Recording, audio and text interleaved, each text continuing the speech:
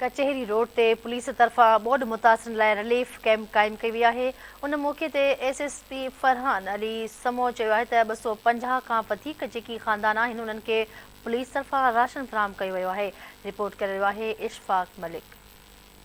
जेका ॿोॾ मुतासिरनि लाइ relief camp क़ाइमु कई वई आहे उते हिन महिल SSP दादू उते उनजो इफ़्तिताह कयो आहे ऐं उते जेकी ॿोॾ मुतासिर हुआ जिन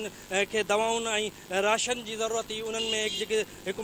ॿोॾ मुतासिर हो जंहिंखे दवा जी ज़रूरत हुई उनखे SSP दादू तरफ़ां पंहिंजे खीसे मां 5000 रुपया ॾिना विया आहिनि ऐं जेकी ॿोॾ मुतासिरनि जंहिंखे खाद खुराक जी ज़रूरत आहे उन्हनि खे बि हिन महिल हिते कैम्प ते उन्हनि जी एंट्री कई थी वञे ऐं उनखे पुलिस डिपार्टमेंट जे तरफ़ां राशन ॾिनो वेंदो। SSP दादू जो चवणु आहे त जेकी ॿोॾ मुतासिर आहिनि जेकी ताजिर आहिनि जेकी शहरी आहिनि जेकी पंहिंजी मदद पाण त दादू ॿोॾ मुतासिरनि खे जेको रिलीफ ॾियणु चाहिनि था उन्हनि खे टेंट राशन ॾियणु चाहिनि था ऐं अगरि उन्हनि खे सिक्योरिटी जे हवाले सां को रिस्क पैदा थी रहियो आहे त उनखे पुलिस जे तरफ़ां उनखे पुलिस जी सिक्योरिटी ॾिनी वेंदी। हुनजो इहो बि चवणो हो त हिन महिल ताईं त पुलिस डिपार्टमेंट तरफ़ां 250 खां वधीक ख़ानदाननि खे जेको आहे फरीदाबाद काछो ऐं जोही में राशन तक़सीम करे रहियो आहे। डिस्ट्रिक्ट दादू पुलिस की तरफ से हमारे जितने भी अफसरान हैं जवान हैं जिन्होंने अपने तौर पे कंट्रीब्यूट किया है वो कोई 250 फैमिलीज़ में हमने राशन जो है वो तकसीम किया है जिसमें जोही काशो फरीदाबाद और मेड़ के कुछ इलाके हैं जहाँ पर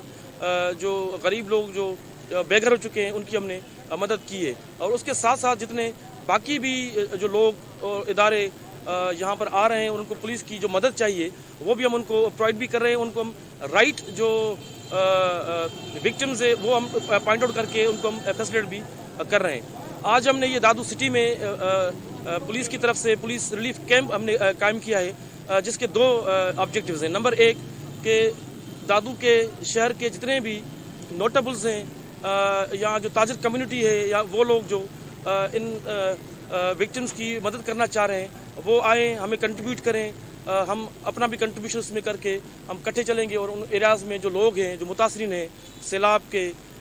बारिशों के हम उनकी हम इकट्ठे मदद करेंगे। दादू सिटी में अगर दादू सिटी की हम बात करें तो दादू सिटी में भी आपने देखेंगे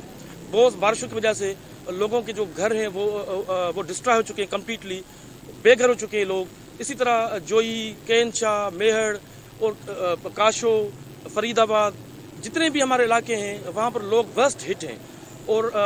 हम गवर्नमेंट के साथ जो पुलिस है वो भी उनकी जो है मदद है अब वो कर रही है। बिल्कुल ये भी हमने मुझे इन्फॉर्मेशन मिली कि कुछ लोग जो हैं वो बेनज़ीर इनकम सपोर्ट प्रोग्राम से वो कटौती कर रहे हैं जिसमें पुलिस भी शामिल है। कल मैंने कोई 3 पुलिस के एहलकार पकड़े हैं और उनके ऊपर मैंने FIR भी दर्ज की है। वो